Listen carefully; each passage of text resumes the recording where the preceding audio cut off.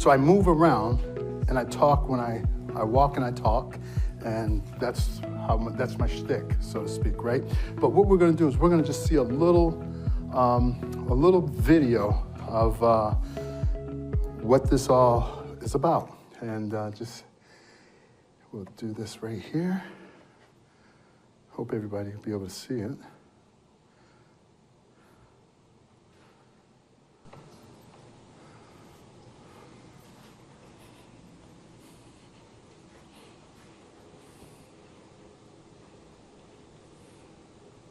Americans of every race and color have worked to build a nation of widening opportunities.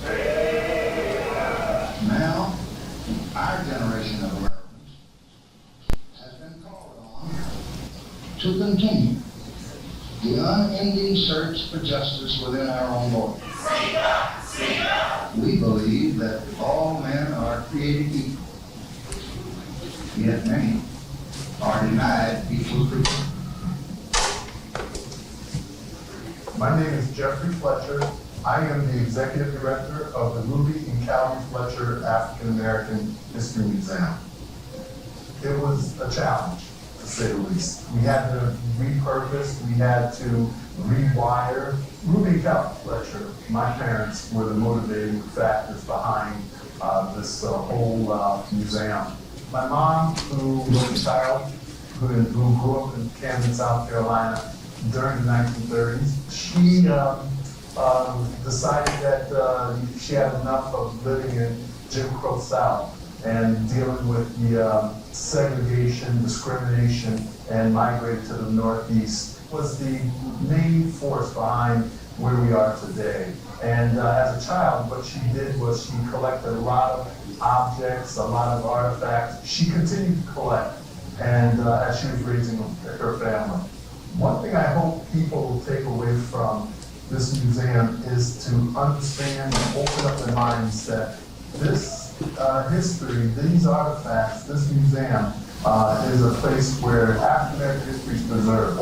But the thing that I want people to understand that it plays a big part in breaking down the stereotypes and the bias and all of the negativity that has been associated with African Americans from the first time they set foot in 1619 Virginia to up to this point. I'm trying to break down stereotypes, I'm trying to break down bias. We tend to forget where we came from. This museum puts everything in perspective, but it also brings you back to reality of what happened in America 300-400 years ago. This history is not going to hurt you. And one of the things that I really drive home, and my staff drives home, is we are not wanting anybody to feel shame.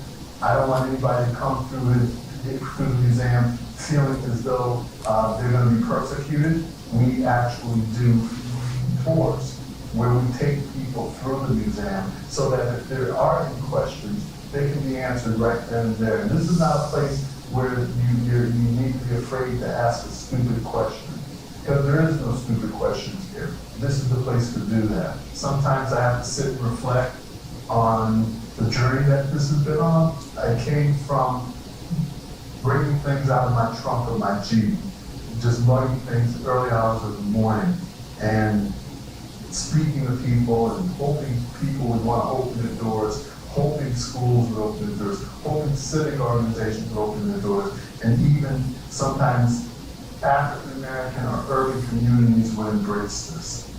It's a little emotional for me because it's been a long journey, not only for me, my mother, other people, African Americans. And we just gotta support each other. And we gotta make sure that we don't let history repeat itself. I think my mother and father would be proud of what they see here, but I think they would walk a little cautiously.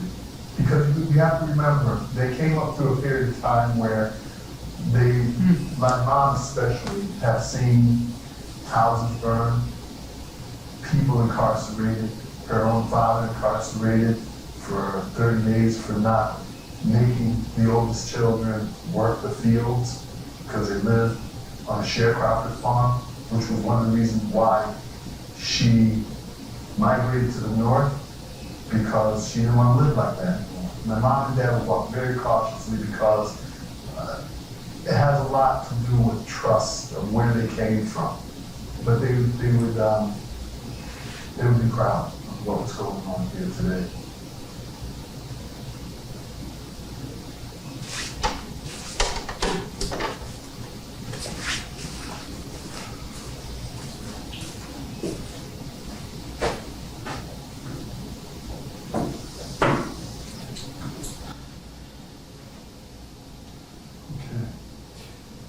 So what you just saw a little conversation I had, and giving you a little background on who my mom and who my dad were. The video you saw was the museum, the infrastructure of the museum. And the museum starts, we take you on a journey through African American history. We have put together various exhibits that we have actually decided that we wanted to show history. The thing that I want to point out, and just give you a little bit more background about where I came from. So I'm originally from Colchester, Connecticut, right up the road there. And my mom and dad, my mom grew up in Camden, South Carolina. As you know, on those cards that you have, you will see the graphics that will show what her home life was, living in Camden, South Carolina with her 7 brothers and sisters and my grandparents. That was a sharecropper's farm, right? And as if we know about sharecropping farms, it means that sharecroppers were African Americans who lived on these properties that they did not own. And the only way that they would exist on those properties is if they worked those lands or that property. My mom, at the age of 16 years old, or leading up to 16 years old, she was one of the 7 of the children that lived in that sharecropper's home. And that tree represents the tree of here in the state of Connecticut, which is in Linwood Cemetery in Colchester, where my mom and dad are currently interned and buried. So if you know anything about the South, African Americans, they endured a lot of unfair treatment, Jim Crow, looking for equal housing, equal employment. And that was one of the motivating and driving factors behind my mom leaving the South, unbeknownst to my grandparents, and traveling north. But the thing that I want to point out is that she started collecting as a child, just bric-a-brac things and just objects and ephemera. And for all of those folks that do not know what ephemera is, I'm just learning, because my background is not in curating museum. I'm not a history professor. I'm not an anthropologist. My background is psychology and law enforcement. So as my mom was collecting this stuff, I don't think she quite understood why she was collecting it. But all through her life, she had started collecting objects like these pieces up here. When she had a little bit of money, she would actually buy these things, mammy things, Aunt Jemima things, but they weren't called Aunt Jemima, they were just called mammy objects, because Aunt Jemima was not developed at that point. Maybe several years later it was. And so as she left the South, and we gotta remember why African Americans were leaving the South. They were leaving, as I said, oppression. They were leaving because of segregation. They were leaving because of Jim Crow laws. They were leaving because of unfair housing, unfair employment. And there was this push called the Great Black Migration from the South, where African Americans were going everywhere and anywhere where they could seek refuge from these types of atrocities and oppression and discrimination. And I want to say this is a little side note, right? For you all that don't know, as I was preparing to start this presentation, one of my relatives here that grew up, and she's going to attest to some of the things that I'm going to say, because a lot of folks don't even know where Colchester is, and sometimes we often get this conversation that, are there black folks in Colchester, right? I get that all the time, right? So even when I was in college and we were traveling away, we were coming up I-95 to play at the University of Rhode Island or Providence, people would see a sign and they would say, Fletcher, isn't that where you live? Where is that? Are there black folks that live there? So the migratory process of African Americans leaving the South and My community, my life, what I understood was they ventured out to various places across the United States to find a relief from all of the stuff that was going on in the South. My mom came north, and when she came north, she did not realize that there weren't a lot of people here that she knew or related to. You're the Charles family, the Ford family, who are my cousins, right? And by the way, you are the first cousins that have come to any of my presentations in the state of Connecticut, and we're all over the place. And when it says that, when I say that, I say it truthfully, because if you knew my mother, right? My mom spoke truth to power, and she didn't bite her tongue. And a lot of times she was ostracized or criticized because she was too outspoken. And that's who she was, right? And so I guess I got a little bit of those genes in me, because I do the same thing, right? So my mom, when she came north, she really didn't have a place to really stay and get settled, and she was taken in. If we all know Colchester, Colchester back in the day was inhabited by Orthodox Jews. They owned chicken farms, they owned dairy farms, they owned bakeries, they owned businesses in Colchester. And there was a family called the Denvers that took her in temporarily, right? Until she can get settled.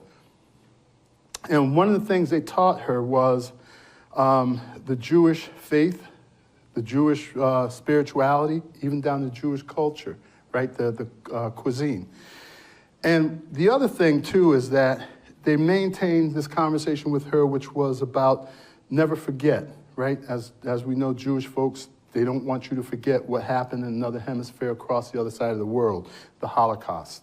But also they wanted her to maintain her own sense of an identity, never forget where you come from. Those two principles.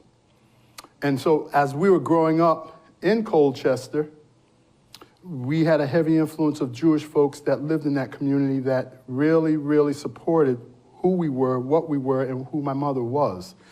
And so I tell folks that I grew up in the best of both worlds. I grew up in a Baptist Protestant church as well as the temple of synagogue, because that's where my mother used to hang out sometimes, or they would call her up and say, the rabbi is on the Colchester Green from New York. He has kosher chickens, he has kosher food. Come on up, Ruby, and get some, right? So I grew up in the best of both worlds, myself and my brother and my sisters. And so that gave me a whole different outlook on life. Also gave me a whole different outlook on where Jewish folks have been oppressed, where black folks have been oppressed. And I often have to talk about that in my discussions when warranted. Okay, no, it's okay. Oh, and the other thing I want to say, ask questions. Jump in and ask me questions. Yes? Who did your mom travel with? By herself.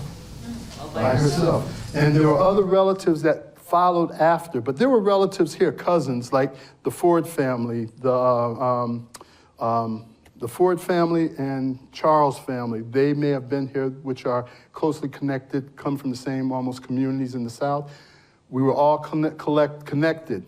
And one of the things that you'll find fascinating, because I don't know if you were around, but we lived on a compound in Colchester, believe it or not, on Wyndham Avenue. Everybody lived in the same area. We had like 3 big houses in the same yard. We played with each other. We all the aunts, uncles, cousins were there. And we had this one church that was on Halls Hill Road, right? And that was before you. I'm gonna age myself. And it was like a little old house, a little old shack, not a shack, but a building about from this wall to that wall, from here to there, and they had a bunch of pews in there, and they had a wood-burning stove in there. And we had this bishop called Bishop Gilbert, Reverend Gilbert, and he was kind of our family bishop or minister, and he traveled from Springfield, Massachusetts every Sunday, and he would meet with the elders of the family, and especially our matriarch. But I'm gonna get to that in a minute, the matriarch of our family, and you grew up with her, and you know, and you can attest to what I'm getting ready to say. So when my mother kept collecting, she kept collecting all the way through the time she met my dad, who came in from a place called Fuquay Farina, North Carolina, just outside of Raleigh. And they married 10 years later to her being here and decided to start a family. And she collected, yes? My mom, they came by bus.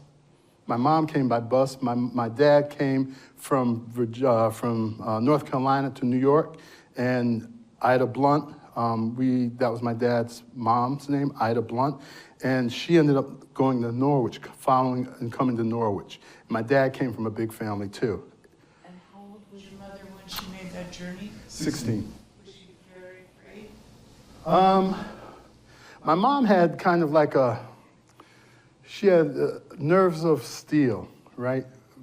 But later on in her years, she would worry about everyone. And that was one thing that she and I used to fight about, her being concerned about everybody. She loved everybody, but she always gave her advice on things.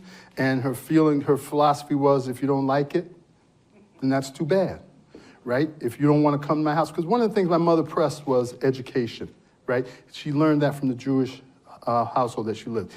Family education is important, right? And spirituality. And one of the things that she used to stress to us is that when you get your education, there's nothing anyone can do for it. No one can take that from you, all right? And so she stressed that, and so some of my cousins did not want to come to our house in the summer times because her mandate was, you got to read something. You got to read a magazine, a newspaper, a book, or something. And a lot of the cousins would say they don't want to come because Aunt Ruby, because that's what they called it, Aunt Ruby, always preaching education. Summer's made to have fun. But in my household, I read books all summer. I did flashcards, I did flash books, and didn't like it, but I had to do it because that was the only way that I was going to survive living in my household. So my mom was a very determined and strong woman. One more question. How much was your mom educated herself? She wasn't a college graduate. She was not a high school graduate. She got as far as the 8th grade, 9th grade, right? And again, even though she was lacking, she always said, I want you all to have what I never had, right? And which was a quality education, which she was not able to get. And as I alluded to in the video there, when you saw the chain gang there, she did share a story with us about her father being incarcerated for 30 days due to the fact that she was outspoken. She did not want to go into the field, and she would often get whippings from him because she was defiant. And got to the point where the person that owned the sharecropping farm had him put in county jail for 30 days. And a lot of this I did not learn until several years before her passing, which was in 2000. And she shared some of this, and it was very hard for me to listen to because I know myself at the age of 16 what it must have been like for her to have to deal with getting whipped because she didn't want to work in the fields.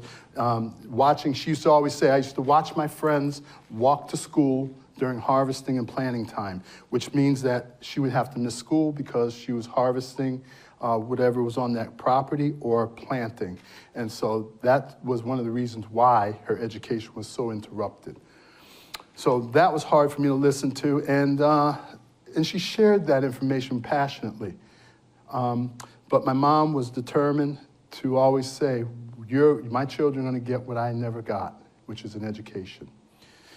So as she was collecting all of this stuff, now I've now become older, and she would drag my dad to tag sales. She would take him to estate sales, or if anybody that came by that thought they had something that was of value. Now, she still didn't realize why she was collecting this, but I think at some point in time, it came to her. She had an epiphany, it came to her, because now she stepped up this collection. And I used to come home from college, because now my older brother, my older sister were out of the house. They were still in college. I was just getting into my freshman year at the University of New Haven. And I come home, and my bedroom, we lived in a Cape up in Colchester, and my bedroom that I shared with my brother was converted into a storage. And I came home my freshman year that summer because I had to go back for summer school and basketball stuff and whatever. And I walked in my bedroom and I saw all these crates, all these containers. My bed was missing. my dressers were missing. And I'd say to my mother, I'd come out the room, I'd say, Mommy, where is my bed? Where are my dressers?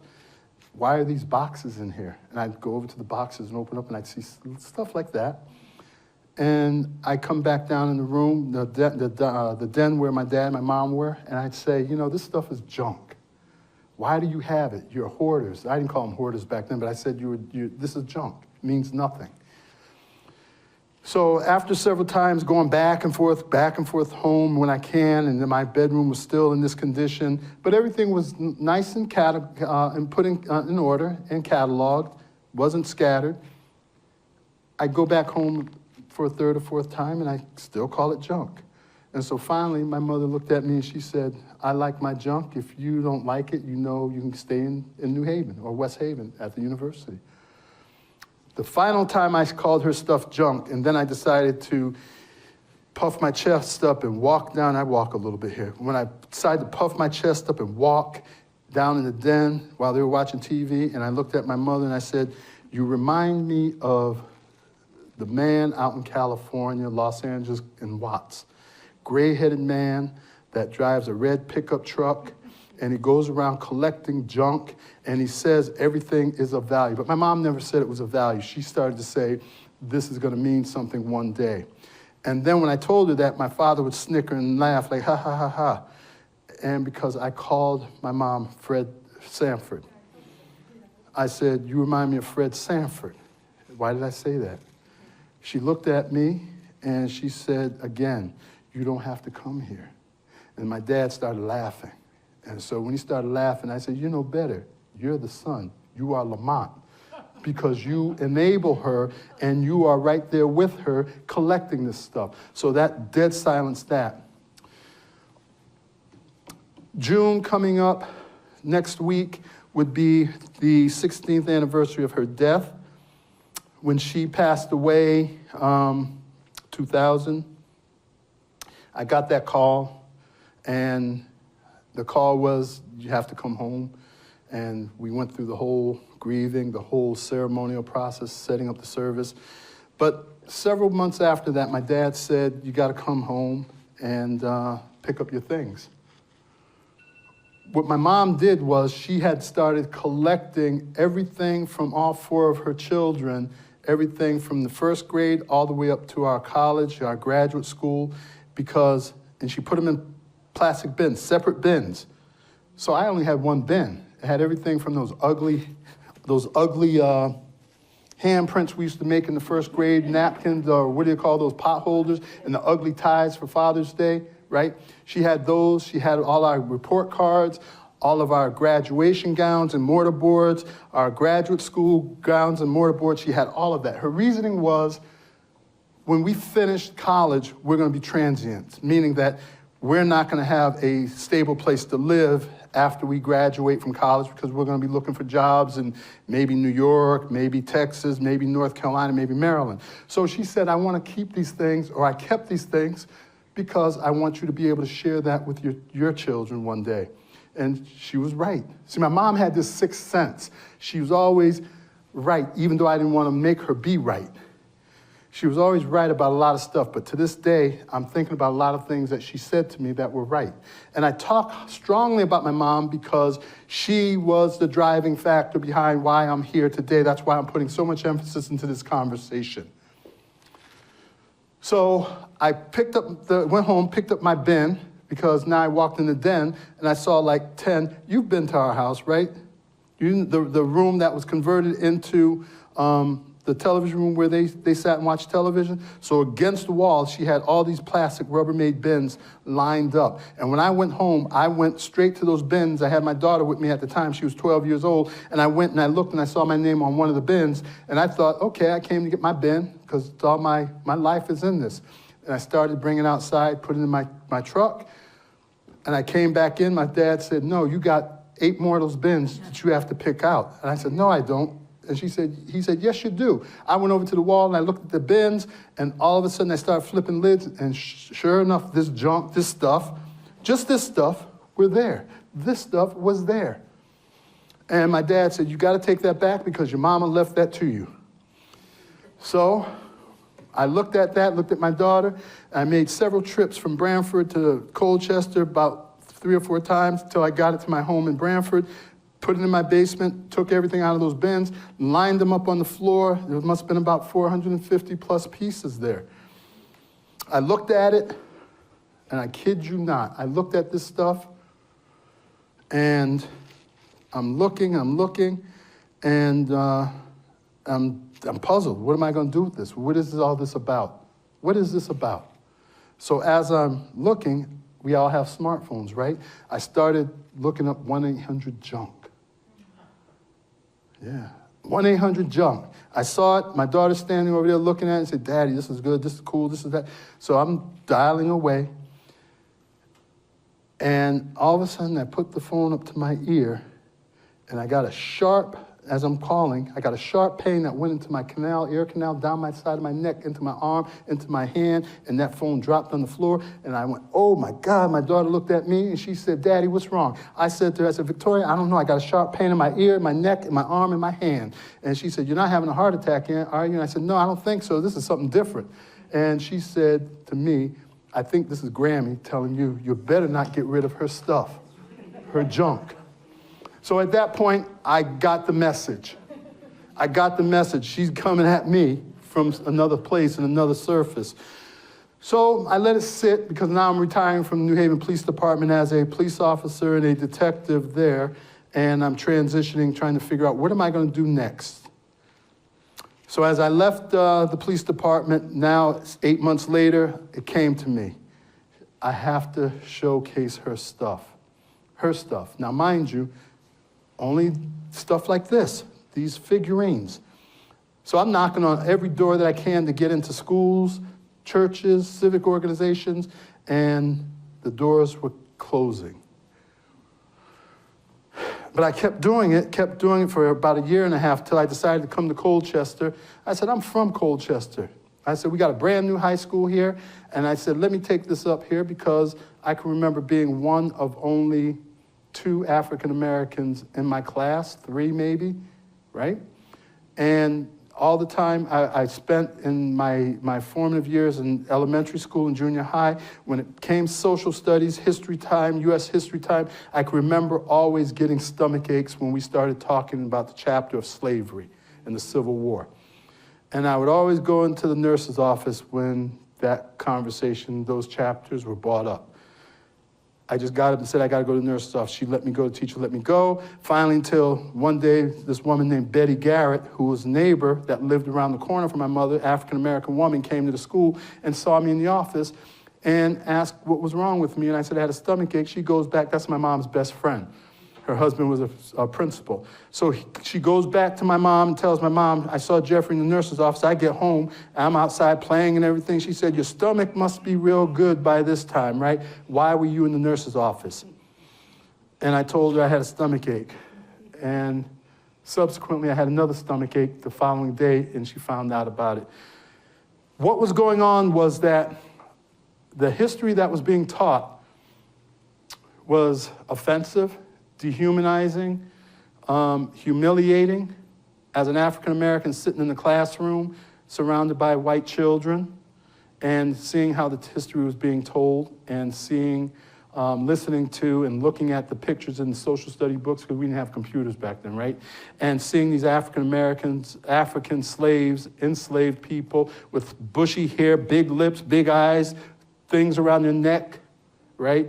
I would sit there in class, slumped down, looking, thinking that my classmates might think that's me or associate me with that. So all that came back to real life for me as I'm trying to figure this stuff out, what this represents. And it came to me that my mother wanted me to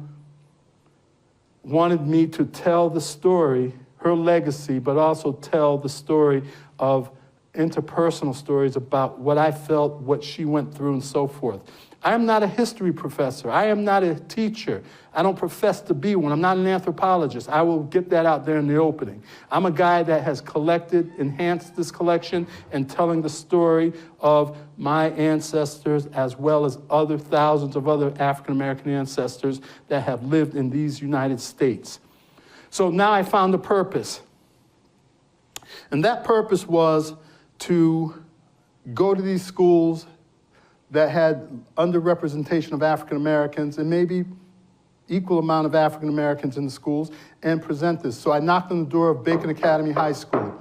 I did a cold call. I went to the school, didn't know the principal, but y'all might know of him because he's somewhere down in this area. His name is Matt Peel, right? He was a principal somewhere, I think Killingly or somewhere now, but he was at Bacon Academy. So when I walked into Mr. Peel's office, cold call, I sat down after the secretary said, he'll see you, brought me in his office. I sat down in his office, and he came in, and he sat at his desk. And just as I'm talking in this speed, I'm talking a little manicky back then because I was so excited that somebody's going to listen to me, and I get to come back to my alma mater, Bacon Academy High School, and tell the story and showcase this stuff and give back.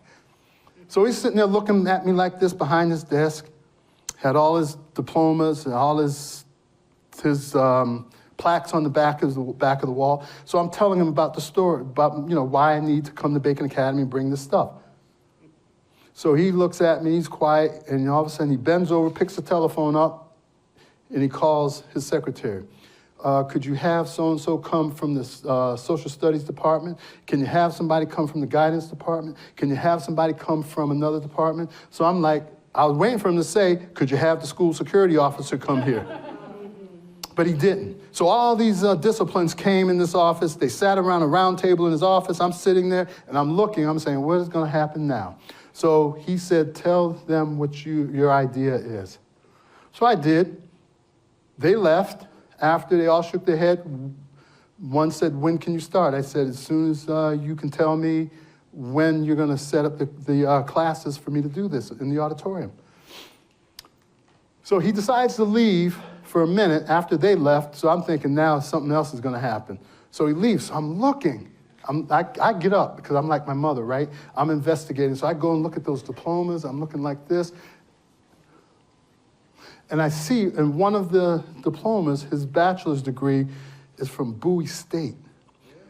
Bowie State is an HBCU, historically black college and university in Maryland, right? One of the oldest. And I'm like saying, wait a minute, is somebody perpetrating a fraud here? Somebody is this not the person I should be talking to? And this is how kind of narrow-minded I was, right? Now, my brother and sister graduated from North Carolina Central in Durham, which is an HBCU, right? And they often talked about Bowie State, Jackson State, Shaw University, Johnson & Smith, right? And so I'm saying, this white man is going to an HBCU? No, it can't be. So he caught me standing up looking. He came in, and I sat back down real quick. And so he started talking, we're going to arrange, we're going to walk on a tour, because now, mind you, the school is brand new. I have not been there. I went to school on Norwich Avenue, that little shoebox up there. They built a campus up there. So he said, I want to show you something. He takes me down to the trophy area, and he starts showing me the trophy cases, because I was a basketball player there, right, student athlete. And I was impressed with that. But then I started asking, because now I'm friendly with him, so I say to him, Matt, tell me, who went to Bowie State? He said, I did, meaning him, right? And I said, wait a minute, you went to Bowie State? He said, yeah. He said, I grew up in Ledyard. My dad and mom were divorced. My dad lived in Maryland, and now it was time for me to find a college to go to. So I went down to see my dad. We went to visit various schools, Johns Hopkins, University of Maryland, and he said, I didn't like either of those. When I set foot on Bowie State, I fell in love with it. And I'm like, wait a minute, you come from southeastern Connecticut, Ledyard High School, it doesn't work for me. But then what he began to tell me was that he wanted to have something that was diverse, something that was different than what he had been growing up around and looking at. And he majored in African American studies. So I couldn't sit there and BS him. I said, why you let me speak all of this stuff here? And when you already know, because when you go to HBCU school, the prerequisite to graduate, you have to have 2 years of African-American studies and history. Whereas I went to school at the University of New Haven, I had to have 2 years of Western Civilization 1 and 2 in United States history, right? So we got through that, and so now Matt Peel says, I want you to come here every other year to do a program, a school-wide program, which I have. Now, the last 2 years I haven't been there because They changed the administration. I can't explain that, but again, the politics within Colchester. So as I'm got my foot in the door and now I'm starting to figure out how to put this thing together, I start to knock on doors and now I'm retired. We're gonna get to this in a minute, okay? I told you I was gonna be long, didn't I? So what happened was, because my mom was somebody, and I again, like I said, my dad was somebody who was the co-pilot. My mom was the driving force behind what we see up here, some of this. And if you knew my father, you met him, Calvin, quiet, passive, like the Fletchers, passive people. Really not involved, but he'll go because my mom was the driving force in our family. Like in most black families, the woman is the driving force, even though they shared things equally in terms of reprimanding us and punishing us. So my mom, what she would do is she would speak truth to power.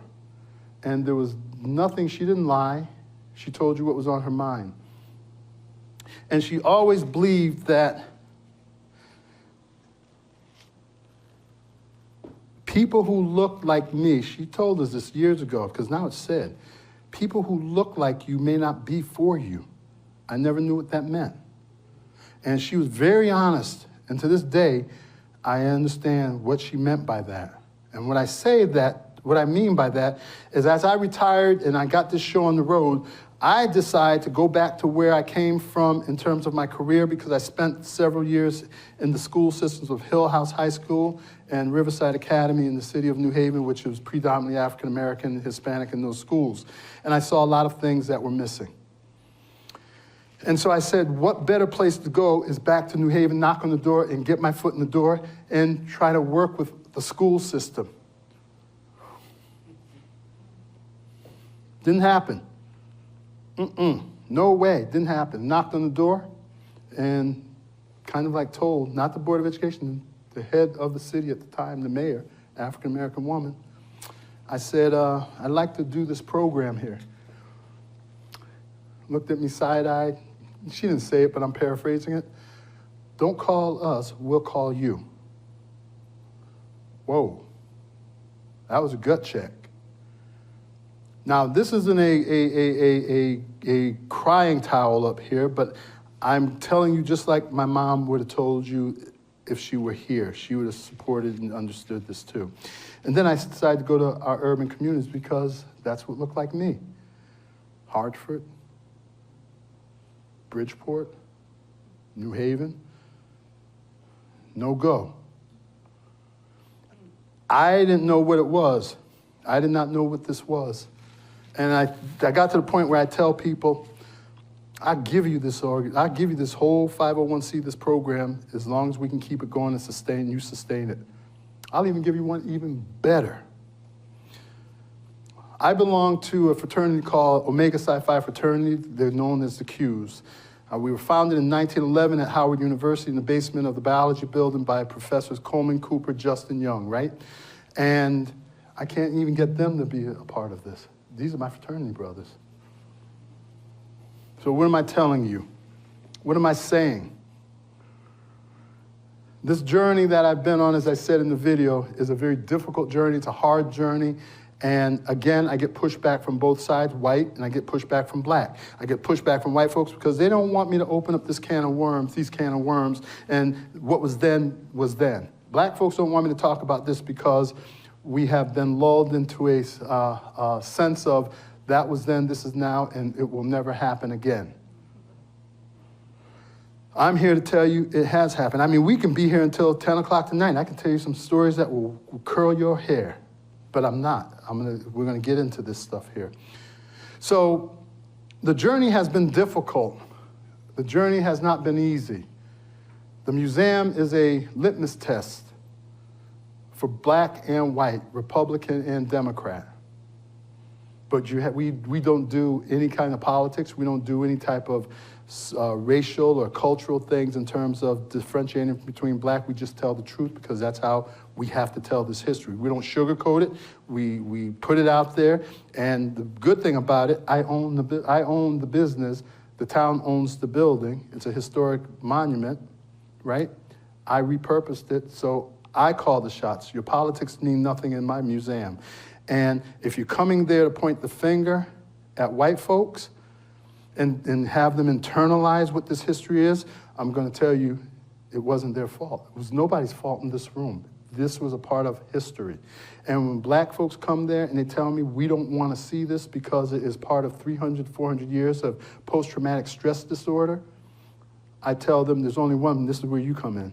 I tell them there's only one person that I knew growing up in my household and my family, my bloodline. She lived in Colchester. And her name was Miranda Reeves. And Miranda Reeves came from, or Miranda Reeves McCaskill. Miranda Reeves McCaskill Reeves came from Camden, South Carolina. And she resided on Norwich Avenue. And she was born in 1872, the daughter of 2 slaves. And she passed away in 1983. 88, yeah, that's right, 1988, at the age of 118. 118. And you know how much time we spent in her care. Every day, right? Every day. So that's the only person that can actually say this stuff right here, maybe even all that stuff too, could affect her, and she has the right to have PTSD, but she never ever espoused anything about hate, racism, discrimination. She was a woman of spirituality. The Bible she read from front to cover, right? As a matter of fact, I'm looking for her Bible. I know somebody that might have it. I know you don't. I think Vanessa got it, right? All right. So anyhow, I'm catching up with family right now, y'all. So this woman was about this big, right? She had long black hair, silver hair, gray hair, and whatever. When she spoke, she spoke. And when she chastised us, she chastised us. But she was the matriarch of our family, and everything centered around her. And my mom, and as well as everybody in the family, adored, loved her, and her passing was very, very heartfelt. And so what we tell folks is that none of this stuff, as I told you in the video, is going to hurt you. It's going to help you. It's going to let you see where this came from. And one thing we do at my museum is you're not going to come to the museum and you're going to be like this looking. Right? And we don't have scripts on the walls where you have the dimensions and all that. I mean, we could, we should, but we don't. Because we've learned when we opened up the museum 3 years ago, October 30th, we had about 600 plus people on our property. And after that, we learned that folks have different intellectual abilities and ways to grasp and not be able to grasp information because some couldn't read, some couldn't write, some couldn't understand English. And so we took those scripts down.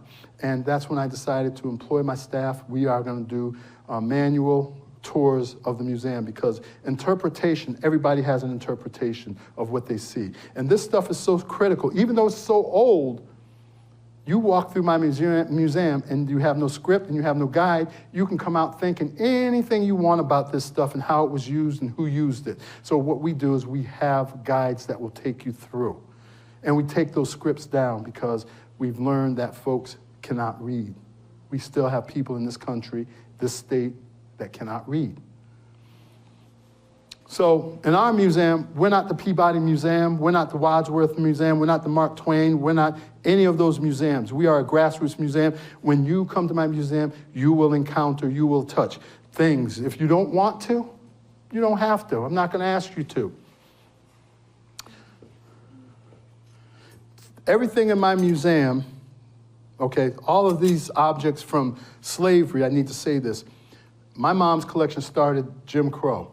And when I got the green light spiritually, mentally, and passionately to take this thing on the road and to open the museum, I had to now go back in time and go so back in time to the point where I have to catch up, use these objects to catch up to actually tell a story. So I invoke my mom's conversation first, but I want to say to you this, is that everything in this museum has been spiritually blessed because there are folks that have come to the museum and said, I'm not touching that. I don't want to come in there because they represent bad things, right? This is educational. This has been blessed. And so what we do is so that you can get a sense in the gravity of what these things are, we say you can hold them, right? And again, oh, I did that on purpose. I did that on purpose only because if this was made to be broken, destroyed, torn up, twisted, it would have been, as this piece is 250 years old, it would have been made for that. It would have been broken and torn and distorted 300 years ago. So what we do is we just ask you when I pass these around, if you want to touch them, if you want to hold it, you can. You don't have to. And could you tell me what you think that is? I think it's a restriction for the head. Yeah. To keep your head up or to keep your head down, I'm not sure. Or You're close. like this, maybe? No. No, I don't know. You want to take a guess? Is there a face? It's for your mouth, right? So when enslaved people, now they're enslaved people, when they go into the fields, this came from Haiti. When they go into the fields, remember, you can ask questions too, because I'm kind of like one of those people, I want everybody to be involved. When you went to the fields, especially sugar cane, right, in the Caribbean, because Africans influenced a lot of Caribbean islands, Hispanic people, Dominican people, they're all African, right? When they went into the fields, they put the enslavers put these around the enslaved people working in the fields to keep them from eating, right? And these would be so affixed on their heads and necks so they couldn't put anything in their mouths. The only thing that they can ingest is water when they had to, right? And you ask yourself, who would come up with these? This is part of Juneteenth. This is part of slavery. This is what was going on, right? June 19th. This is all the stuff. Anybody else want to hold this? Yes, ma'am. I think that the people that were taken to the Caribbean were treated the most harshly and had the shortest lifespan. Now, why would you say that? Because Because I'm a challenger on that. Why would you say that? because they worked in the sugar fields, and it was the hardest work. Harder than what? That's the question. Harder than what? So, slavery. The slavery triangle. Yeah. The people who went from Africa directly to the Caribbean to pick sugar cane, and then it was taken north to become alcohol, and then it was taken to Britain, right? No, I mean, I get what you're trying to say. There was nothing easy about whether you're in the Caribbean versus whether you're in the United States, right, in the South. They died more frequently. They died more frequently during the transition, the Middle Passages from Africa to various parts of the world, too. Some died 2 months on those ships. And in our museum, we have a hull of a ship that we recreated that you might have seen in the video there. So no, there was no, somebody was trying to say, they were trying to qualify, and I'm gonna say this, the house Negro versus the field Negro, which was worse, right? Well, it depends. Some people might say the field, some people might say the house. I personally say, this is one of these not right, not wrong answers, because being an enslaved person overall is oppressive and it was not healthy for an enslaved person. But the enslaved person who was working in the house was subjected to all sorts of physical, sexual, and abuse. And so some may say that the enslaved person working in the field had it better. It wasn't better. He was just void from... They couldn't eat when they hardly had water to consume? They ate minimally. They ate minimally. They weren't giving nutrients, nutritional foods like we were. And it brings us to the conversation of what kinds of foods, but that can be another topic. What kinds of foods were consumed by enslaved people, right? Weeds that were collard greens, turnip greens, mustard greens, chitlins, hog maw, pig ears, oxtails, which are now delicacies in some communities, and you have to pay an arm and a leg to get those delicacies. Not the healthiest foods, but they were sustainable to keep people alive. I have been to Gorée Island in Senegal, Yeah. where the ships left. There was no return. Yes, never to return again. And I have been in Benin to the tree that they circled 3 times to say goodbye to their old life, their old African life, before they got in these ships. And I can tell you that Gorée Island reeked of fear and suffering. The spirits, them spirits coming through you. It was one of the most difficult places I've ever been because of the suffering and the smell was there. Yeah. After so many years. Brazil is that way too. Brazil's the same way. In Rio, in the streets of Brazil, bones are starting to rise in the middle of the streets because in Brazil, the Brazilians, the Portuguese were the most horrendous and most harshest oppressors of Africans, of enslaved people. And when they got sick or they died, they'd throw them in the middle of a big hole and cover it over. And the water level in Brazil is rising as it is all over the world. And now these remains are coming to the top. And the same thing in New Orleans. That's why they have the crypts or the mausoleums that sit on top of the land there, because of that same kind of like that same parallel there. But slavery, enslaved people endured some of the most harshest treatment. You might want to ask, how did I get these, right?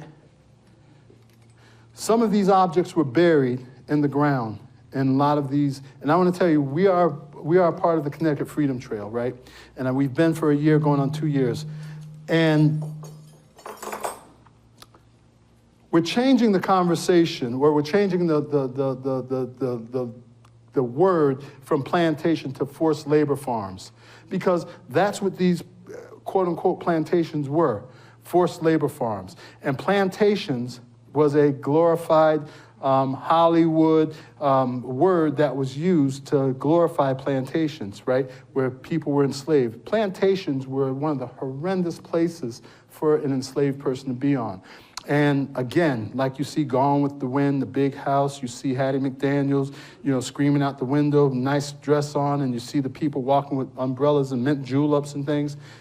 Those plantations weren't that glamorous, right? They weren't that glamorous. They were forced labor farms. And matter of fact, the big house was probably a half a mile away from the slave plantation, or the slave labor farms, or the homes that they lived in were far away from the big house. They weren't on the same property.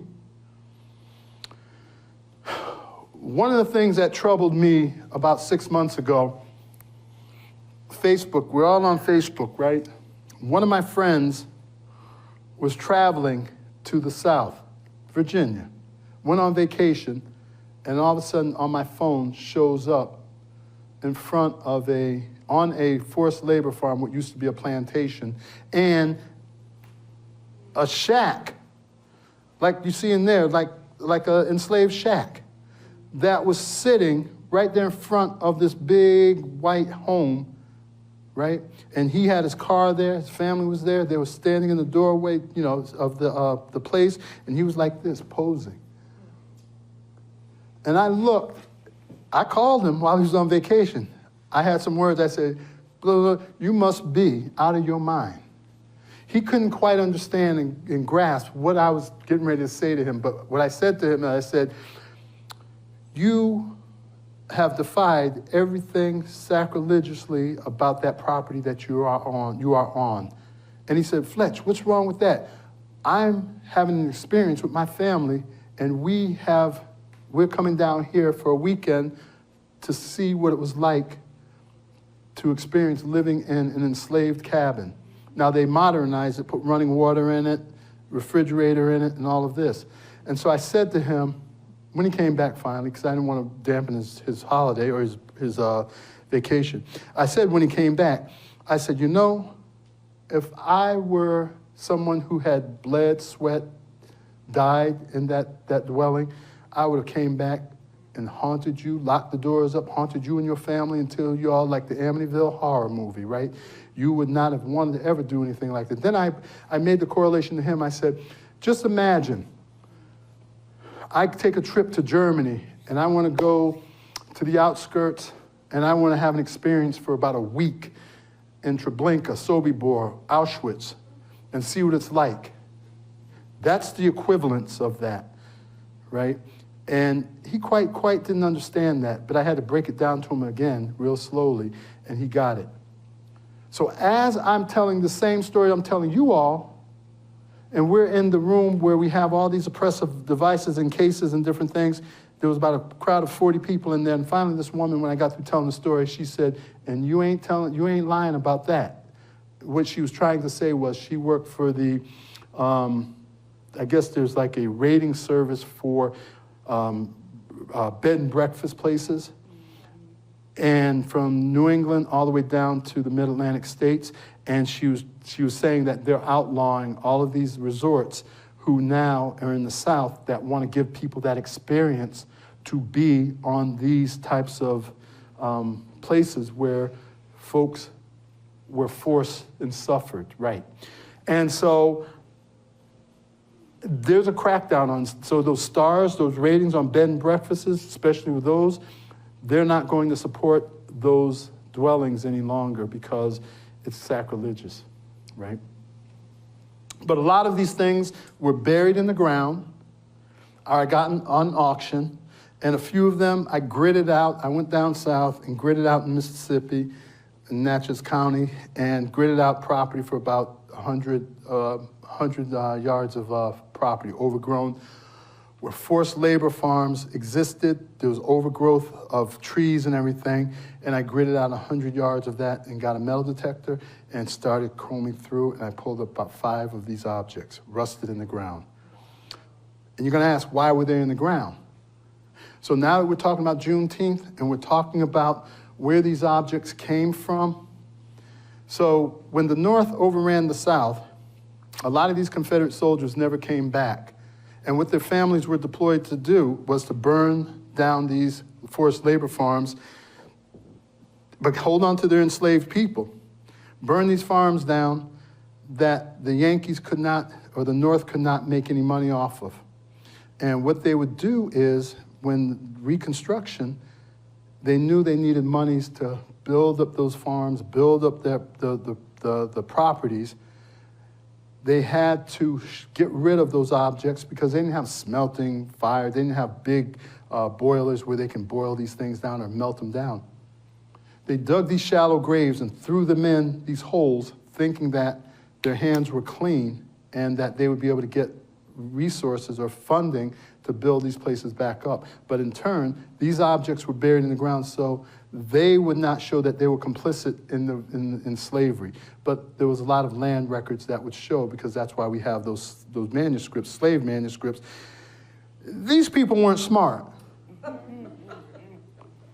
Because today we have documentation of what plantations or forced labor farms own people, own individuals, own children, own babies. But they went out in these fields and buried these things, or had their enslaved people bury them, throw them in these shallow graves, and 200-300 years later, somebody like me or somebody that's a real archaeologist will come along and find. If any one of us have property in the South, do this, do that. If you got property in the South, if we have property in the South, do that. It may take you a little bit of time, get a sensitive metal detector, go out there and you'll find these things. And these people weren't that smart. Some of these were dual objects for animals as well as human beings. They served as harnesses and leg braces for animals, goats, and they were interchangeable. And a lot of the enslaved folks they were small, but they also were apprentice blacksmiths that made their own objects to go around their bodies. Just like Holocaust camps, right? We had shoemakers, we had seamstress, we had tailors, we had barbers and things of that nature that were interned in these concentration camps. They had to do the same thing, but they did it for the German officers. Dentists too, taking the teeth from people. Shackles. And here's what you do. If you ever come across anything, right, like this, what you do is because I got burned for about $2,000 for about a year. There are people out there that will duplicate things like this, and you don't know. Because I told you, I was not an authority in any of this stuff, but I soon learned somebody that was an authority in it showed me what to look for. There's markings in here, or even look at the screws, the bolts. They're not screws, they're like hot bolts that were, right, not soldered in, but they were like a horseshoe. They were like made steam hot, steam red, and they were flattened out to make them work, not screws.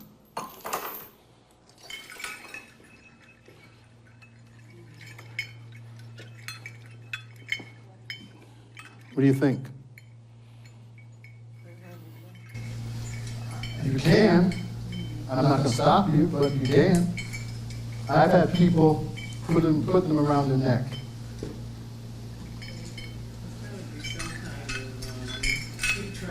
Yeah. Not running away. Always know where you are, right? See how heavy it is?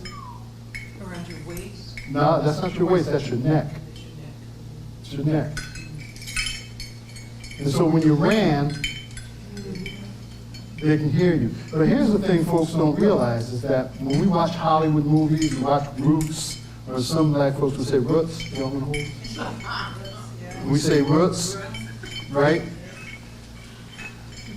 Some folks don't realize that these objects, those were the objects that the bounty hunters or the enslavers, when they were like looking for a runaway, they would listen to.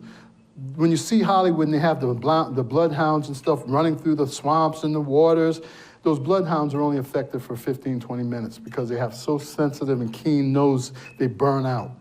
And so, again, these are the objects that were used. You okay? You good? I'm good.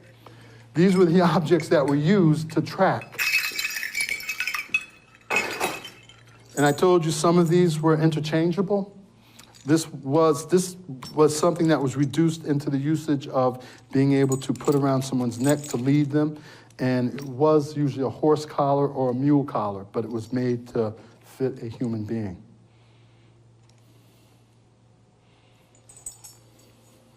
I told you I was going to let y'all hold stuff. I'm sorry.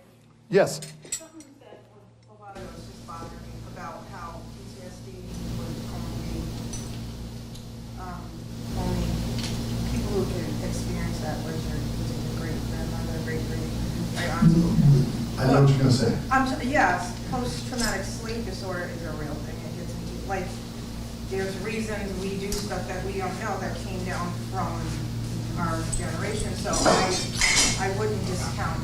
Well, I'm not discounting that, but what we do and what I do, what my mom used to do, is we hold people accountable for what you say. So if somebody's going to use that definition, and if they're going to use that as a means to not be able to talk about it, right, or to encounter some of these objects, or the museum in a totality of its existence, my position is, okay, you are versed in that, right? You are versed, somehow you understand, you've done some reading in literature about that, about how we have been conditioned from 300 to 400 years ago, and it has been passed down, and we are now feeling the effects of 300 to 400 years. Is that what you're saying? So what I'm saying is, like, it gets into your DNA, like, you don't know why you wake up in the night scared of something. It could be because of your great-grandmother told stories to your mother, and then your mother gave it to you, and you have a fear of something that you never experienced. But isn't that life? I mean, isn't that anything though, right? That is like, but I mean,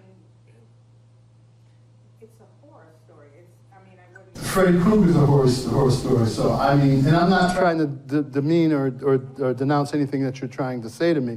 The only thing I do is I don't allow, and this is the thing that I didn't say, I don't allow our people, meaning black folks, to come to the museum to have an excuse for this, right? Because Jewish folks don't do it, right?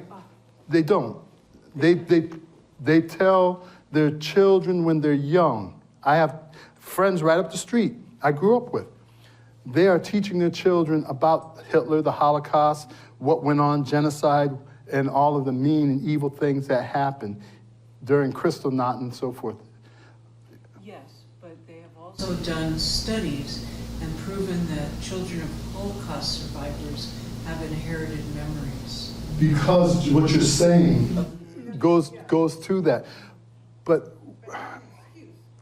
Not as an Irrational to you could be irrational. I think what you said. But let me just say this, and I'll hold that thought. Let me just say this.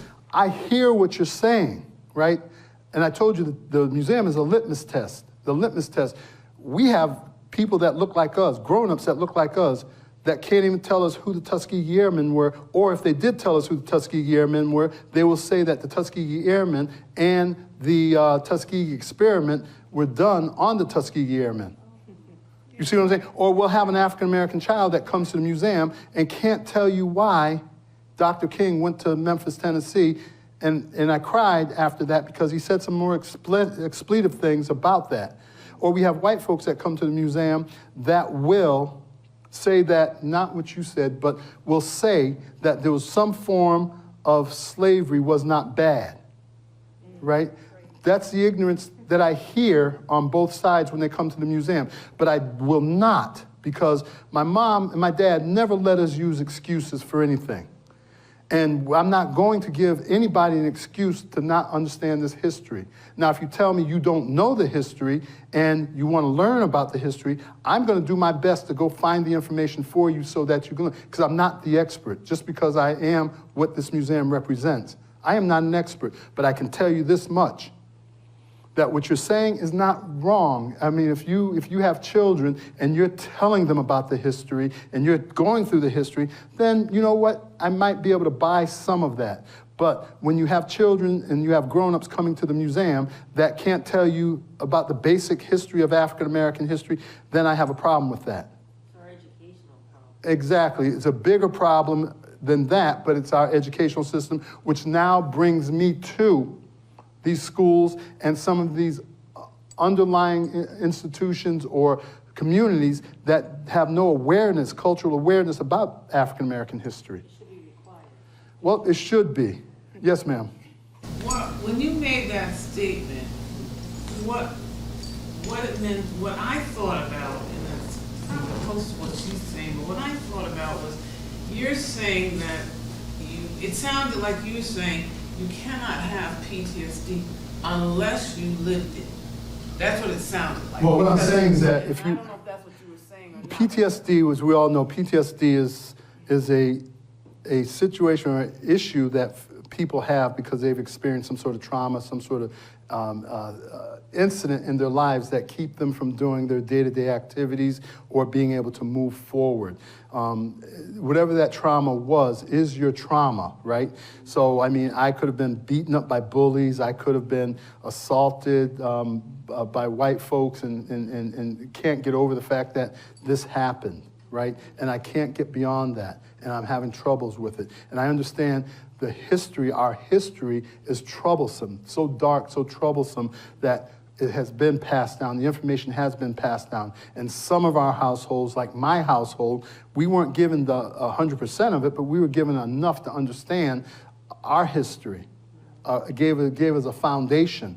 There are children that come to the museum that have no foundation, and you should hear the excuses they give me, because when I question who's telling you this, who's teaching you this, you know what I'm saying? Well, I learned it from my friend on the street, or I seen it in a movie, you know, that sort of stuff. So I'm not discounting what anyone's saying about PTSD, because PTSD is formed. How we heard these. It was like, because she was 118, she experienced it, but nobody else did. Well, I mean, we take That's what it sounded What- like children did, her children. her children. Her children and some of my cousins, my aunts, they may have, because they lived in the South. I didn't. They lived in the South. I mean, and if you're saying it that way, then I agree with you. If they lived and they've seen this stuff, then that's what it is. Like I showed you the cross burning, my mom lived that, right?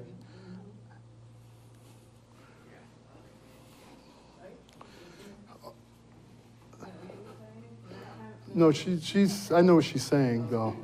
I agree with you that it's generational. I mean, I think it's internal. What's that? Literally DNA is changed from the trauma. I'm not saying as far as not looking at that, I'm talking about it's deeper than that, and it's not for this conversation, but. No, it's not.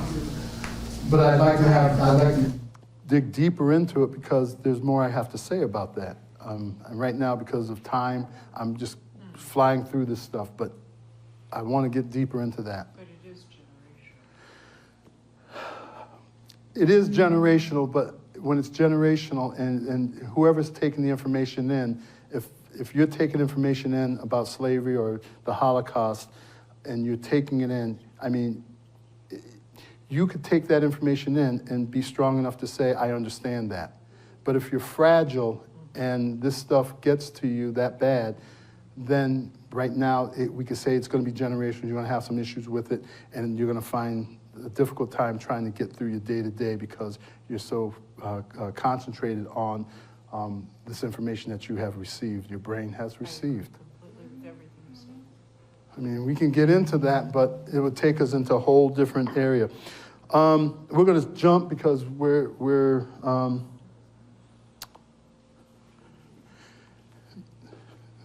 this is a patch, Ku Klux Klan patch, right? I have over 4 of these outfits, hoods, robes.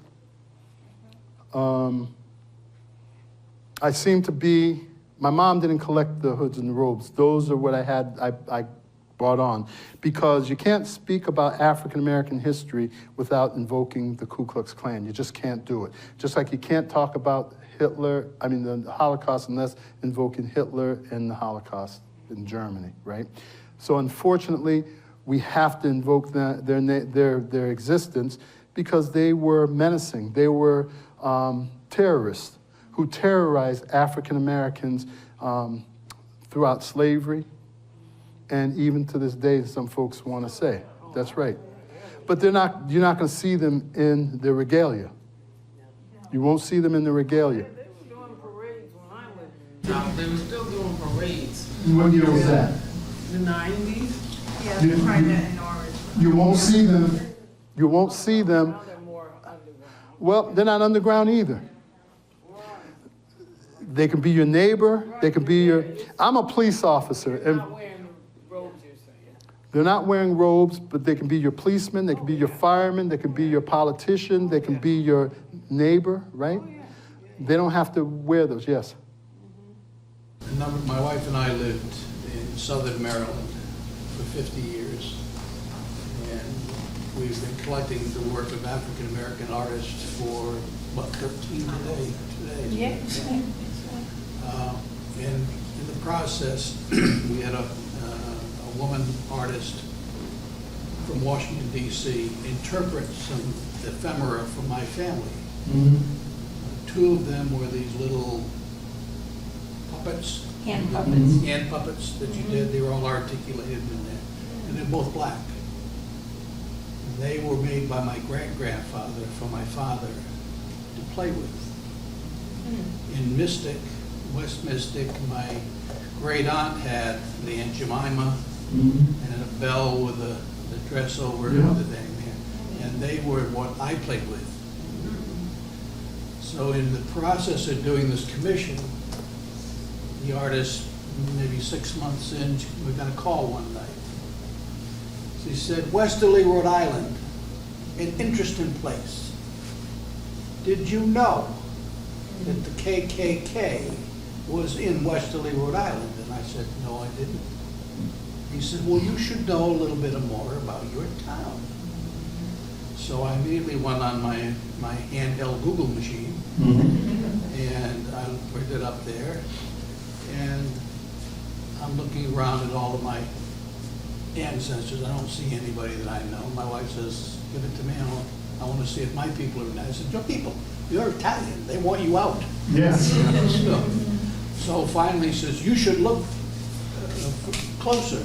So I looked over here, and I didn't look under Mitchell until I found my grandfather. Oh, wow. And to this day, I cannot understand how I can't rectify the two people, because it never came out from him or my father or anything like that. My question, it leads into a question. What, if any, difference was there between the northern KKK and the southern KKK? Do you know? One might think, in North, just like when black folks look at somebody from the South being open, where they stand, where they draw a line, right? White folks, my mom used to always say, she respected George Wallace, not somebody who she would break bread with. And a lot of her black friends would say, how can you, Ruby, like that man? I don't like him. I don't like what he stands for, his philosophy, but I have to respect him because he lets you know where he stands. So that question, it might be a kind of like a pitch in the dark. Well, no, it isn't, because I did a program in Waterbury at the Silas Bronson Library in Waterbury about a year ago. And I had bought a Klan outfit with me, and I had the sash on the wrong way. After my presentation, there was a gentleman sitting in a cubicle with a laptop. As I walked by him, he said, sir, the sash is on the wrong way. And I looked at him. He was respectful about it. And I said, really? And then he looked at me, smiled, and winked. Right? Because they've come to my programs in Willimantic when I've been here 2 years ago, 3 years, but they sit in the back and they'll ask questions, respectfully, right? But you won't know who they are. So to answer that question, I think, and I'm believing that the white Klansman, he will tell you where you need to stand and where you're not to be. So when my mom passed away, you know Giggy, right? Cynthia, her nickname is Giggy. So when my mom was buried, she walked over to me. She said, you didn't know your mama went to your mother, and your mother dragged your father to a Ku Klux Klan rally in Durham, Middlefield, because they came out of a store called Tri-Town, which is in the middle of town, Colchester, and my mom saw a leaflet, a pamphlet on her windshield, and she read it and she looked at it. I didn't know this. Now I'm standing there listening to this. And my father was still alive at the time. And he said, yeah, because my dad was like, yeah, I took your mama there. So they followed the flyer, went to Middlefield, and it was still like dusk, sun getting ready to come down. And somebody knocked on the window and respectfully said, y'all are in the wrong place. You're not supposed to be here, ma'am. And my mom said, Giggy said, my mom said he was really nice. He was nice about it. Wasn't abusive, wasn't angry, wasn't mad, and she left. They left. So I'm not sure if I answered that question, but I can only surmise if there's white folks in the South, they're much open and much better in telling you where you stand and where they stand. Separate but equal, right? We can be separate but equal, but in some cases, separate and unequal is usually the case. The Klan, you cannot talk about African-American history, but I infiltrated the Klan. I'm going to say that. Like Denzel Washington's son in that movie. Do you know that movie? Black Klansman. So I'm going to give you a real short story to that. Before I left law enforcement in 2012, 2013, I belonged to State Police Task Force and Gangs and Guns Unit for several years. And I tell young kids, when you get on these computers, We can see everything, especially if we're working on the state and the federal side. We have warning system. We can look at what you're doing. If you look at pornography, child pornography, if you look at gang activity, guns, bombs, terrorists, somebody's watching you. So I decided to take advantage of that process, and I knew I was going to be, I'm collecting. So I said, in order to tell the story about African American history, what I need to do is to activate the Vigilante website. Here's where the movie comes in. So as I go on the website, I find the Vigilante website. I said, I need an original, authentic Ku Klux Klan hood and robe with all of pictures and so forth. 2 weeks later, I got a hit on it from a white 83-year-old minister from Boone, North Carolina. I told him I am a white youth minister. Now, we never talked on the phone, we never saw each other, but we communicated online. I said, I'm a white youth minister in the state of Connecticut who is trying to embolden, trying to enhance, and trying to build up the philosophy of the Klan and white youths. He bought it. I befriended him for 6 months online.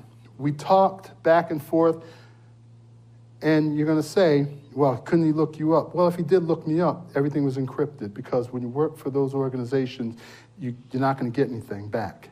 Everything is suppressed. I'm sorry? He was 83, right? He was 83. You'd be surprised what seniors are doing out here. So, right. And they said, no one ever said they were the brightest people. So at the time, I befriended them for 6 months, and at the end of the 6 months, because I heard everything I had to hear, read everything I had to read that he was sending me, I finally made a deal with him. I bought everything that he had for about $450 and had it sent to a P.O. box. But then I couldn't leave well enough alone.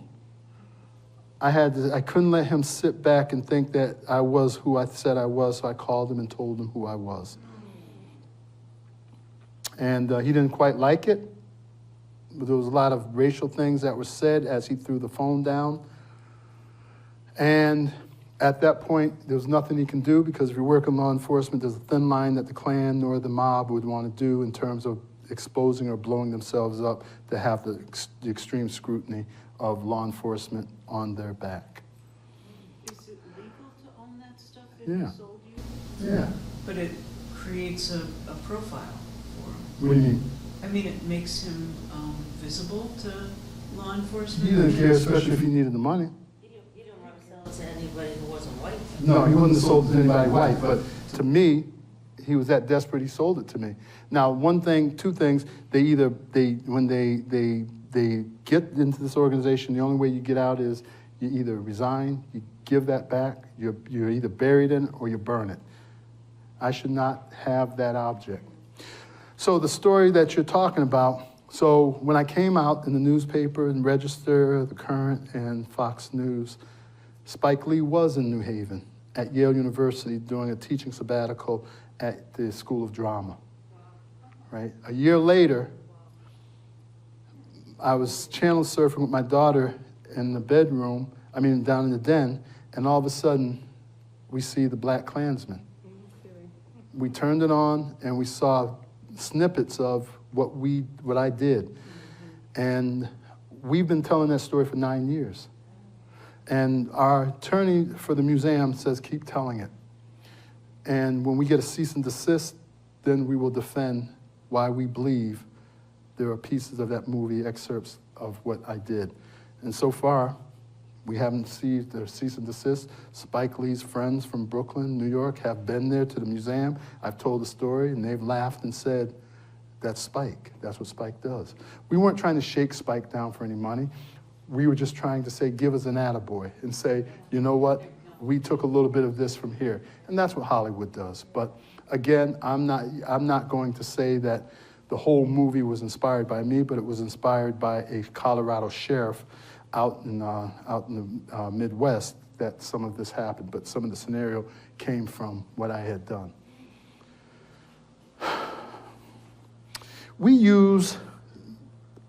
My mother was famous about this. So if I were to tell you, where do you think these objects came from? I mean, where were they originated? Where do you think, where would you think they were produced, and what part of the country do you think stuff like that came from? Anybody take a guess? Most of our Aunt Jemima, Uncle Ben, Uncle Remus, all of that stuff. Advertising? The South, right? You think it came from the South? I think that's the first thing. The first thing that comes to your mind is South. So we have a room, a space in the museum. It's called the Stereotype, Bias, and Folklore Space. In that space, what we try to teach to corporations, schools about microtransgressions and stereotype bias behavior, right? And we look at some of these objects that dehumanize African Americans. My mom, this is what she was good for doing, is bringing those things out and talking about those and showing us how we are depicted, how are African Americans depicted by society and white society. And those objects were very dehumanizing, and I couldn't know for the longest of times why my grandparents, even my great-grandmother, the one that we talked about, would always make us go in the backyard when we had watermelon, right? We couldn't sit in the front and eat watermelon, right? Because white folks would come by taking pictures of little pickaninnies eating watermelon on the porch. And so I just figured that out maybe 20 years ago. But I got pictures. I have over 300 pictures of various pictures of black children sitting on a porch or sitting in a tree eating watermelon. And to this day, African American children, a lot of them that I do in the school, when I ask how many folks out here eat watermelon, and I use that as an icebreaker sometimes. And I say, how many African Americans, I don't say African Americans, I say, how many people out here like watermelon? And I'll look, I'm gonna use this chair right here. I'm gonna go just like this. I say, how many people eat watermelon in the chair? Our children will do this. And I'm the first one, I'll say, I'll eat watermelon 7 days a week, 24 hours if I can get it, every month, every year. I eat it in the wintertime too. It's a little expensive, but I eat it, and I like fried chicken, even though it's not good for us, right? So we were trained, we were conditioned to believe that, and didn't we used to eat watermelon at Ma's house? And didn't they used to say, Aunt Catherine Coote used to tell us to go in the backyard or go up on the side of the house, right? That's right. Huh? Yes, and biscuits and all that. So we grew up with those things ingrained. Now when you talk about being told generational information, that's one of those things that stick in the back of my head that I remember. And we got to ask, did our relatives put that there for us for a reason? But those objects I use as icebreakers to have our children understand it's okay to like watermelon. It's okay to eat fried chicken. It's okay to drink grape juice or orange juice or whatever. Or red Kool-Aid, right?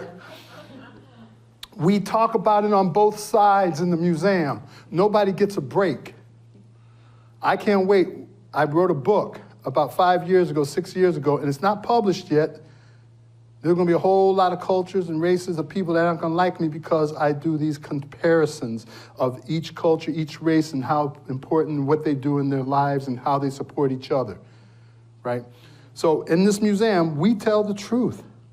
And we gotta talk about that, the hard things, the bad things, and also what goes on the other side with us.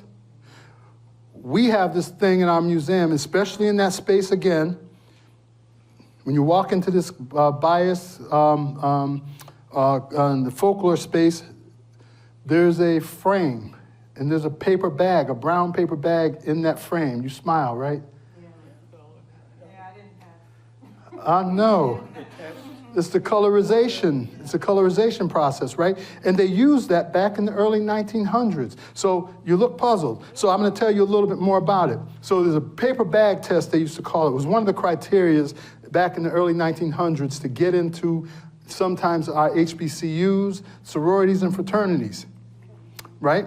And in order to get in to those HBCUs, you had to be a certain color, either darker than the bag or lighter than the bag. right? Depending on what HBCU or what organization you go. Spike Lee had a movie a decade or so ago called School Days, right? They showed and depicted all the fraternities and they did it. The Deltas were light complected, they had straight hair, no, the Deltas. The Deltas, are you an AK? Okay. The Qs, my fraternity, you know, the stomping, the dancing, and thugs, the Kappas, my brother, pretty boys, and the Alphas, Dr. King, were the intelligent people, right? We got Jesse Jackson and Bill Cosby in my fraternity, right?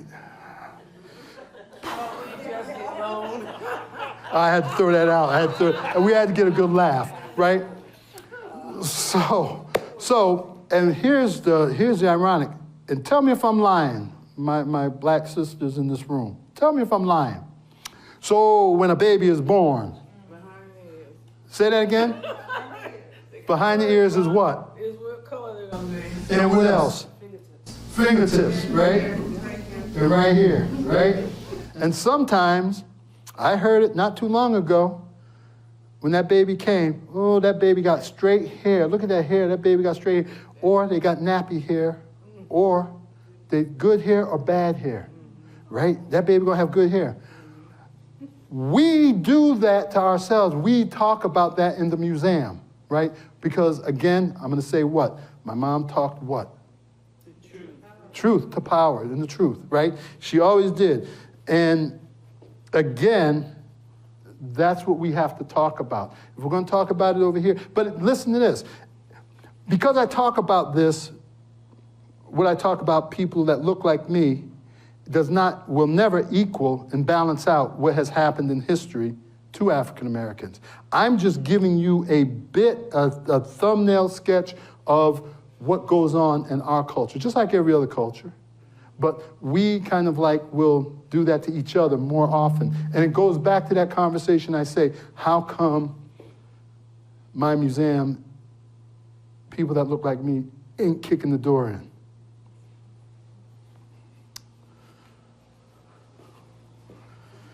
How big is the museum? The museum is 5,300 square feet. The next museum, I forgot to tell you about this. So on my presentations aren't scripted.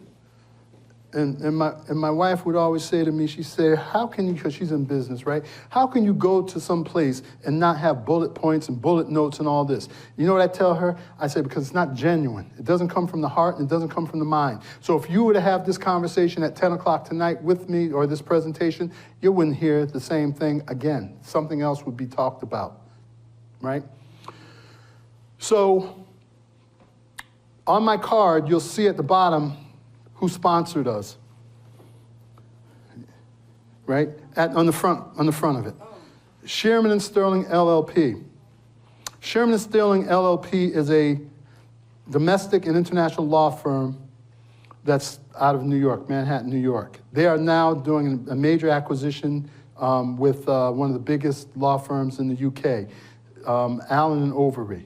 Those are the people that said, we're gonna give you $100,000+ to do this because we believe in what you're doing. And we want to be the first pillar in the first African American History Museum in the state, or if maybe New England. But the founder, co-founder of that law firm lived in Stratford, right around the corner from where our museum is.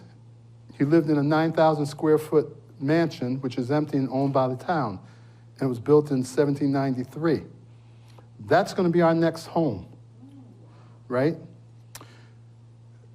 John Sterling graduated from Yale University in 1865. Imagine how close and how this is coming through. 1865, Emancipation Proclamation, right? And they come to me. His spirits, his general counsel comes to me and offers me this deal. I take it. He graduated from Yale, 1865. A decade or so later, he co-founded the law firm. He graduated from Columbia School of Law, graduated from the law school, co-founded the law firm, and turned around and donated $15 million to Yale University. Where Yale built, the Sterling Memorial Library, built the Sterling Law School with that money, and parts of the Yale Divinity School. So I'm brokering and trying to broker a deal with Yale University to bring me from out of the cold, because one of their biggest philanthropic donors is a part, and we're all in the bloodline. So the corporate side of Yale, which is a multi-billion-dollar, trillion-dollar corporation, they can endow my museum for a year, for every year for $1 million if they wanted to. Aren't they feeling a little guilty right now? Well,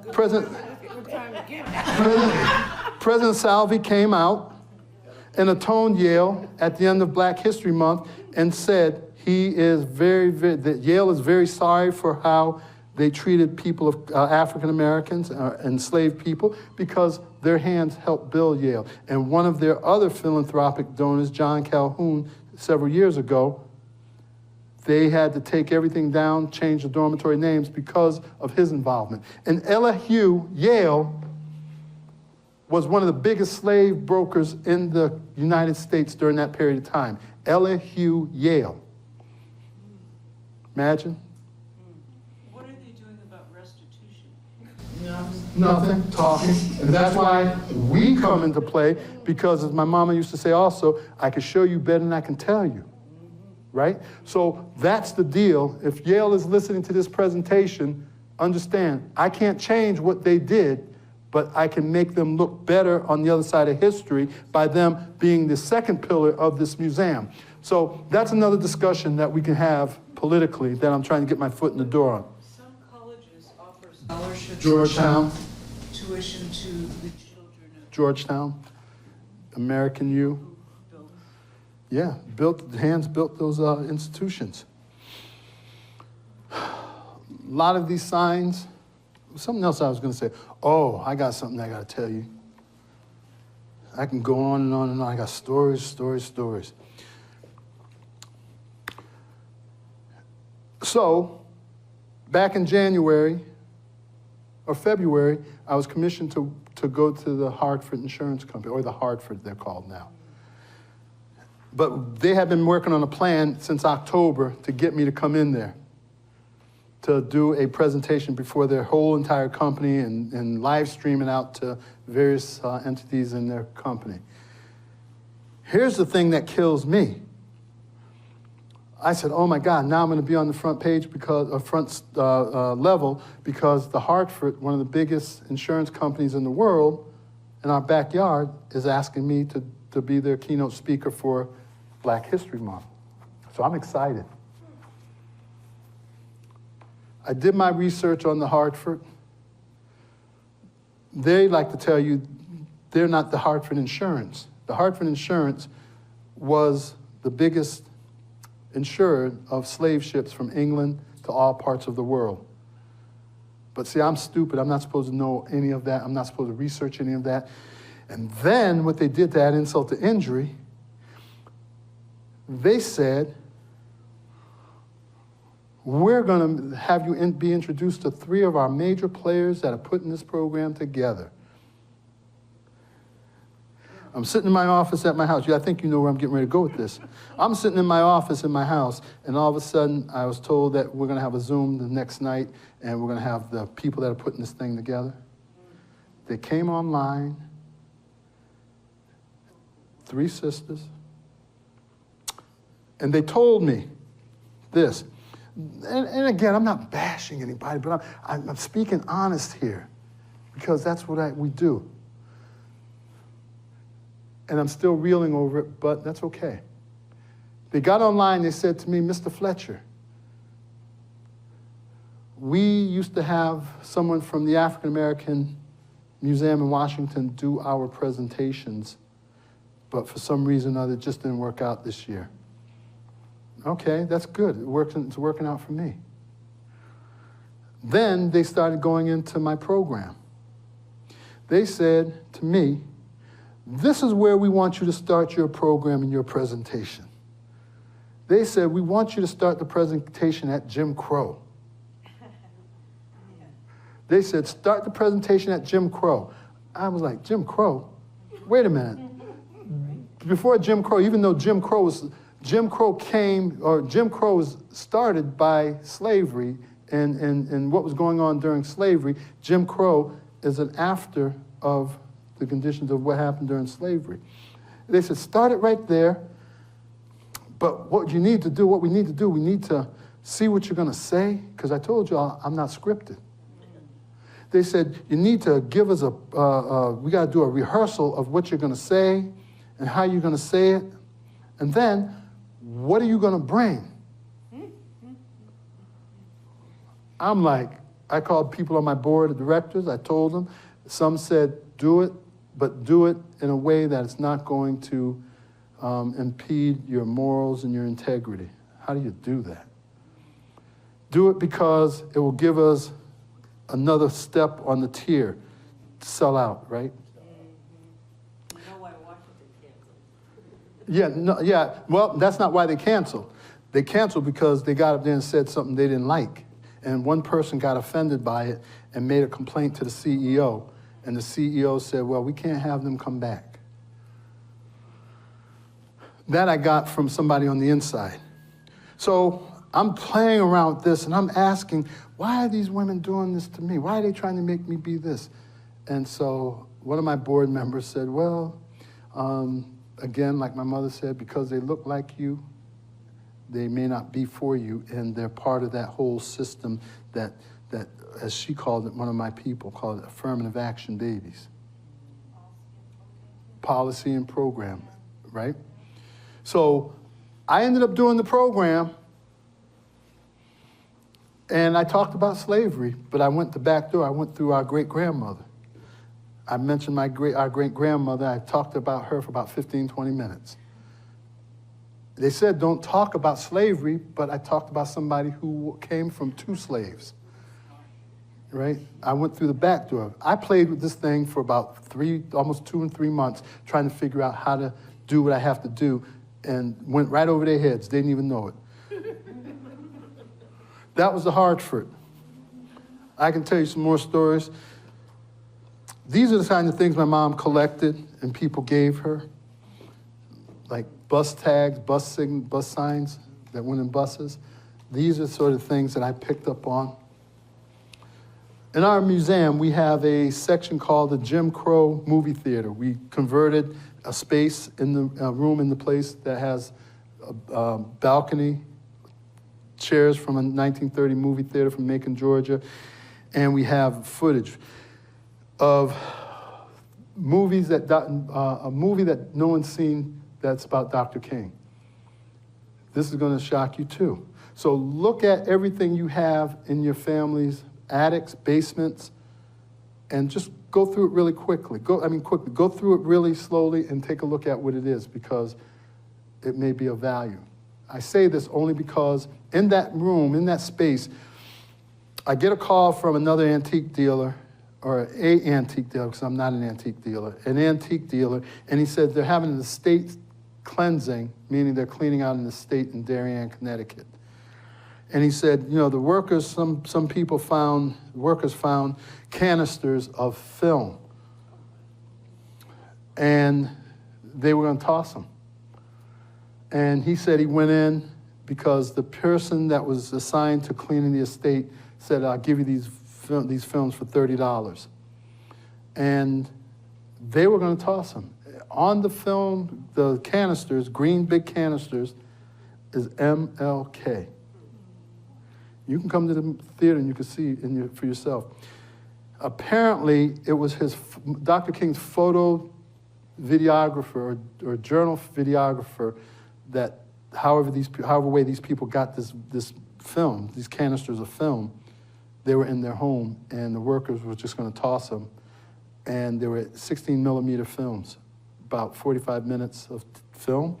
So I took them to our developing processing place where we get our sensitive film and everything developed in Milford, and they developed it. And when they developed it, I went to pick it up. They didn't just say, here, Mr. Fletcher, here's the canister, here's the flash drive that we transferred it on, and this DVD disc. They said, come sit and watch this. I sat down and watched it, and it had video of Dr. King graduating from Morehouse, had video of Dr. King when his first daughter was born and Coretta holding them, had video of Dr. King in the Harlem hospital with a knife in his chest and the doctors standing around him talking to him as he has that knife in his chest and IV lines in him. It has Dr. King standing outside of a Mississippi jailhouse talking to prisoners, black folks who were stuffed into a cell, talking through the windows, and he asking them, what are the conditions in there? And there was like 60 of them in a small jail cell. You see, we have to be cognizant of history, and we have to know what we have, and we got to know how we can use that. So when you come to the museum, in that room, in that space, we have a screen where you can actually watch a movie that no one else has. Watch history. And it gives you chills because it shows Dr. King at home. It shows Dr. King it's doing speeches and dealing with Bull Connor. Does anyone from Washington Museum come to see yours? No. Dr. Bunch, I met him for about 15 seconds at Yale University about 4 years ago. And it was just that, 4 seconds. I tell people, even... To that one, so just... I've been about 4 times. I got this thing with so much space. I don't like going to Costco's and BJ's and the museum because I get overwhelmed by a whole lot of stuff in space. Room, a whole lot of overwhelming stuff. But I tell folks this. You don't have to donate whatever you have to the Smithsonian, because I'll tell you the reason why. In the outskirts of DC, out in Maryland, they have warehouses about as big as this place, 2 times bigger than this. And that will never see the light of day. In our lifetime, our kids, like grandkids, will never see the light of day. So when you give them things, you might as well kiss it goodbye, because they're not going to put it on display. They got so much that they don't need it. They should, and they should give it to me. Or folks, if you're watching this, give me some of it. We take those things, but we just don't take things in like it's a goodwill. We do our due diligence, and we do a lot of research on things, and sometimes we unfortunately have to say to the families that give us things that, you know, we can't use this because it really does not have any representation to what we're trying to teach and give people the information on. So yeah, that's a story with the National Museum.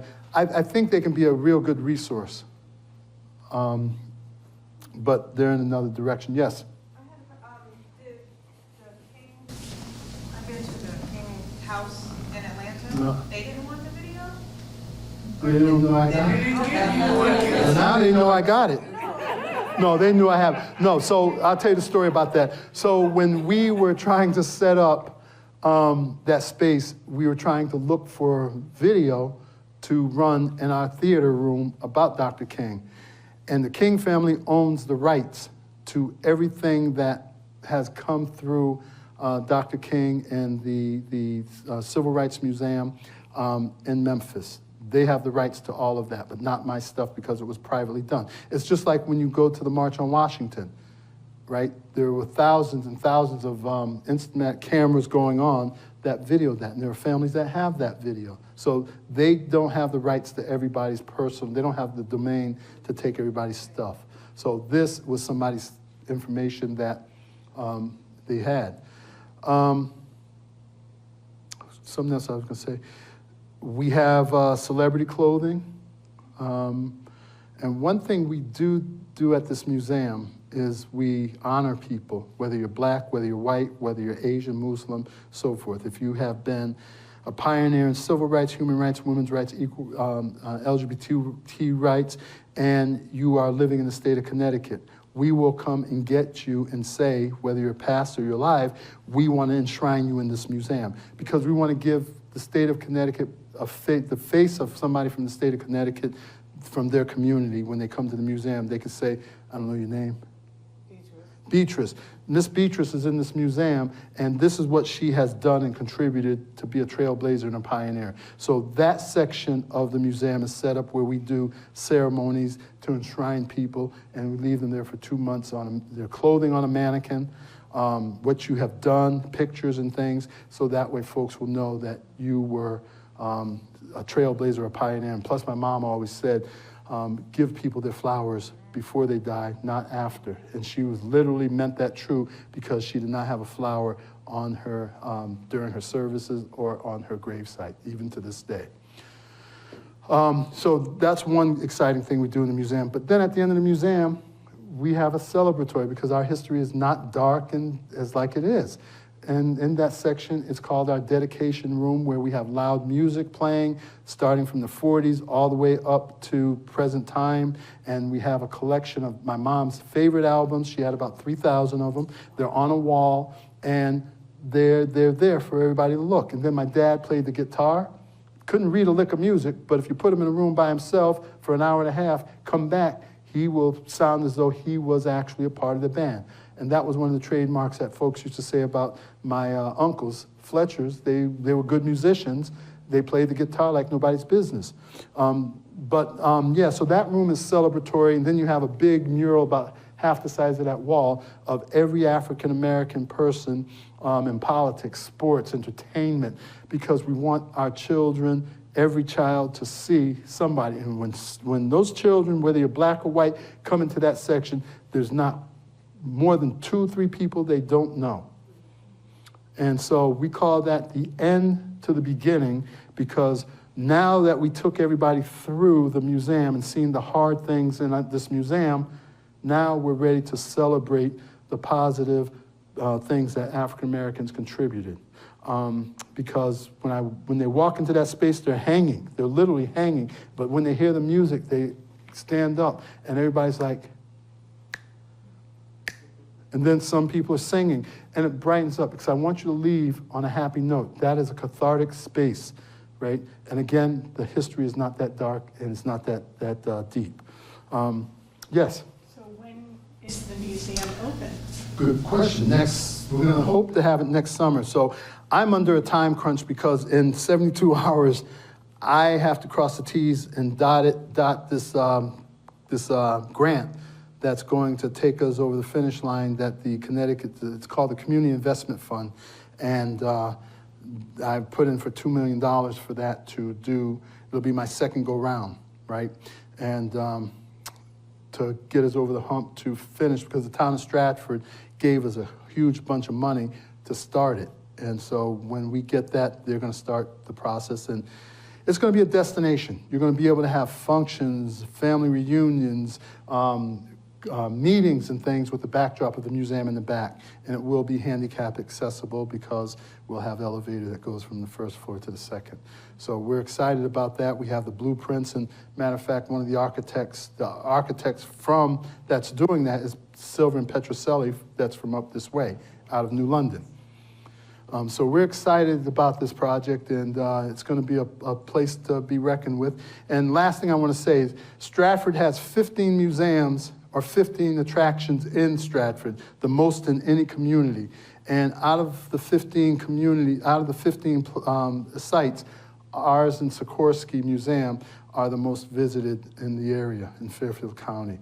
So we're on the track of doing something, and I'm always looking for input. I'm always looking for ideas. I'm always looking for volunteers. If you take the train down, we're like 7 minutes from the train station. If you take Metro North or Amtrak, and we're right off of I-95 in Stratford. And I mean, it's a place I think you all might love. And So it is open now? it is. That your question. Oh no, it's open. New location. No, new location's not. We're building on that. The current location is open. And we're open Mondays, Wednesday, Thursdays, and Saturdays 4. So we're open Mondays, Wednesday, Thursdays, and Saturdays from 10 to 3. We're going to extend those hours to 4 as within several more days. I don't want to prolong, but I pulled up a picture of mom. Now, how did you get that picture? Because I have that. Oh, I got that picture. Yeah. So I pulled up the picture of more. I have the articles. Oh, yeah, I have all those. Yeah, and If anybody wants to see our great, well, my great-grandmother. I have a key. They gave her a key on her 117th birthday. I have it. I have the key, and I'm begging my relatives, hint, hint, hint, I need some more pictures. So on that note, I want to thank the Groton Public Library. You guys have been excellent. Come on down.